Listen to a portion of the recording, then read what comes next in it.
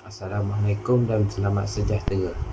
Saya Muhammad Arif bin Osman, nombor matrik 266591, ingin membentangkan tugasan kumpulan kami membuat tentang cukai perlindungan alam sekitar Vietnam. Cukai boleh didefinisikan sebagai wang atau harta yang wajib dibayar oleh sektor rumah tangga dan firma kepada kerajaan, dan cukai juga merupakan satu jenis pajak yang tertua di dunia. Cukai pertama kali diperkenalkan pada dinasti Han yang terdiri dari cukai pada teh, alkohol dan ikan. Dalam kebanyakan kajian, cukai plastik beg adalah merupakan cukai yang sangat berpotensi disebabkan kebelakangan ini pencemaran beg plastik yang berlaku telah mendapat perhatian dunia. Maka cukai beg plastik merupakan cukai yang dilihat sangat efektif kepada ekonomi sebuah negara, termasuk di Vietnam. Kerajaan Vietnam telah mewujudkan undang-undang cukai perlindungan persekitaran ke atas beg plastik, atau dikenali sebagai cukai mudarat bagi setengah negara yang lain. Sejarah undang-undang cukai perlindungan alam sekitar di Vietnam bermula pada munculnya cukai mudarat. Ia adalah rentetan idea oleh Adam Smith pada tahun 1776. Beliau mengatakan bahawa cukai ke atas rokok, arak dan gula perlu diwujudkan kerana digunakan secara meluas, walaupun kesemua produk tersebut tidak tersenarai sebagai barangan keperluan harian. Di Vietnam, cukai mudarat dikenali sebagai polisi cukai perlindungan alam sekitar telah diluluskan oleh Kabinet pada November 2010 dan dilaksanakan pada 1 Januari 2012.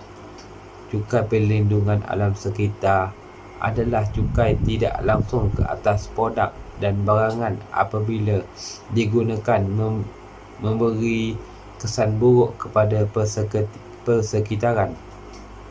Dengan prinsip pengguna harus membayar, maka dengan cara ini secara tidak langsung dilihat menyebabkan pengguna perlu membayar kepada setiap beg plastik yang digunakan dan memberi maklum balas bahawa menjadi tanggungjawab pengguna untuk setiap aktiviti yang cenderung kepada pencemaran.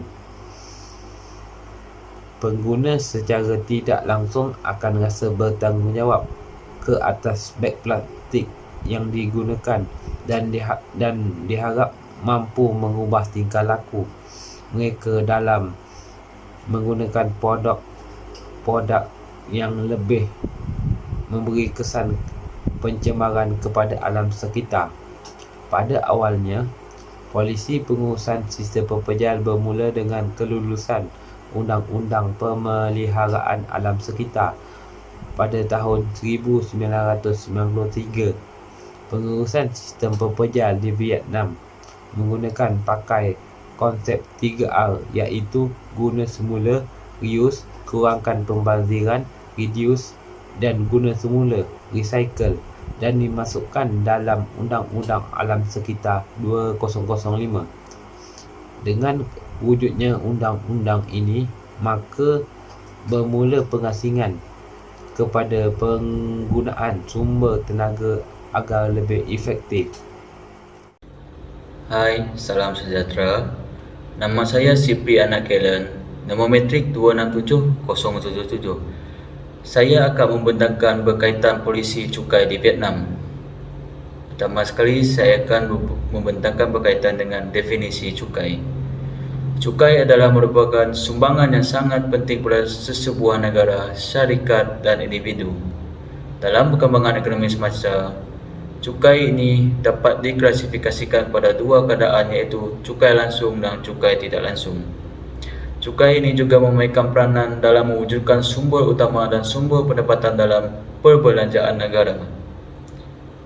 Selain itu, cukai juga dikatakan sebagai alat yang memangkin perkembangan ekonomi sesebuah negara dan ia juga membawa kebaikan pada ekonomi negara, dan cukai juga dilihat mampu meninggalkan kesan tidak baik pada masyarakat.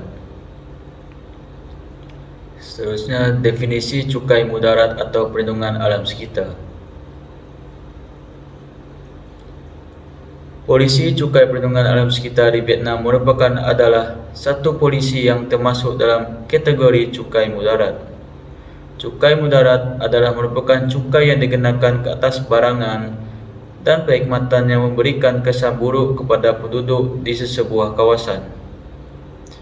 Cukai ini juga dilaksanakan dengan tujuan untuk mengekang aktiviti masyarakat yang menyebabkan berlakunya kesan dan aktiviti tidak sihat kepada masyarakat. Cukai ini dikenakan kepada individu atau syarikat yang menggunakan perkhidmatan barangan yang menyebabkan berlakunya kesan sampingan yang buruk kepada aktiviti dan kehidupan sekeliling seperti pencemaran alam, kesan kesihatan, dan kecenderungan memberi risiko pada tabiat atau tingkah laku yang sukar untuk dikawal. Sesebuah negara yang mengamalkan cukai ini dilihat menjadikannya sebagai sumber pendapatan tambahan pada negara mereka. Assalamualaikum warahmatullahi wabarakatuh. Saya Saiful Hisham bin Abdul Kasim 267374. Saya akan menerangkan mengenai tujuan mengenakan cukai beg plastik. Pelbagai inisiatif bagi mengurangkan penggunaan beg plastik dijalankan seperti polisi pengharaman mewujudkan cukai, mewujudkan syarat minimum ketebalan beg, keperluan pendidikan pengguna dan program mandat pemulangan semula beg. Kesedaran tentang kepentingan mengenakan cukai beg plastik ini telah menyebabkan cukai perlindungan alam sekitar dikenakan ke atas penggunaan beg plastik di Vietnam. Cukai beg plastik adalah kaedah paling efisien dalam langkah preventif kepada kesan penggunaan beg plastik, serta boleh menjadi langkah yang sangat efektif bagi menggalakkan penggunaan beg kita semula. Kerajaan Vietnam mengenakan cukai beg plastik ke atas rakyatnya adalah akibat peningkatan yang tinggi dalam menggunakan beg plastik memberi kesan yang luar biasa kepada kesejahteraan dan kesihatan masyarakat. Selain itu, kerajaan Vietnam mengenakan cukai beg plastik kepada rakyatnya adalah bertujuan untuk menambah baik kesihatan mereka. Ketidaksesuaian beg plastik yang digunakan, contohnya untuk membungkus makanan, akan menyebabkan berlakunya tindak balas kimia yang akhirnya akan memberi kesan kepada kesejahteraan masyarakat. Cukai ke atas beg plastik dilihat adalah perlu memandangkan cukai ini adalah sesuai dan selaras dengan dasar ekonomi negara. Cukai yang dikenakan boleh dikenakan ke atas barangan mewah atau bernilai tinggi, namun bukan merupakan keperluan utama agar tidak membebankan pengguna. Klasifikasi cukai beg plastik, asas cukai dan kadar cukai. Dasar kerajaan Vietnam mengelaskan cukai beg plastik kepada cukai tidak langsung yang mempunyai kriteria khusus. Cukai beg plastik tergolong dalam cukai lingkungan selektif. Ini bermaksud cukai yang dikenakan adalah bergantung kepada barang-barang tersebut yang dilihat memberi kesan yang negatif kepada persekitaran. Hal ini demikian kerana beg plastik yang digunakan adalah terhasil daripada bahan material bipolar yang memberi kesan tidak baik kepada kesihatan pengguna alam sekitar. Asas cukai perlindungan alam sekitar adalah jumlah barang yang dikenakan cukai dan jumlah cukai mutlak. Ini bermaksud bagi barangan tempatan, jumlah barang yang dikenakan cukai adalah kuantiti barangan yang dihasilkan untuk jualan, pertukaran, kegunaan dalam negara sumbangan dan juga untuk jualan promosi dan pengiklanan.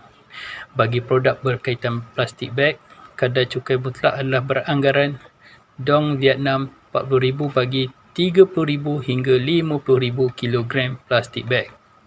Undang-Undang Asas Cukai Perlindungan Alam Sekitar 2010 menetapkan bahawa hanya produk plastik tidak mudah terurai saja yang akan dikenakan cukai, termasuk beg plastik nipis yang membungkus sesuatu yang diperbuat daripada kandungan cecair polietilenan berketumpatan tinggi atau dikenali HDPE. Sekian, terima kasih. Assalamualaikum dan salam sejahtera. Nama saya Muhammad Alif bin Abdul Manan.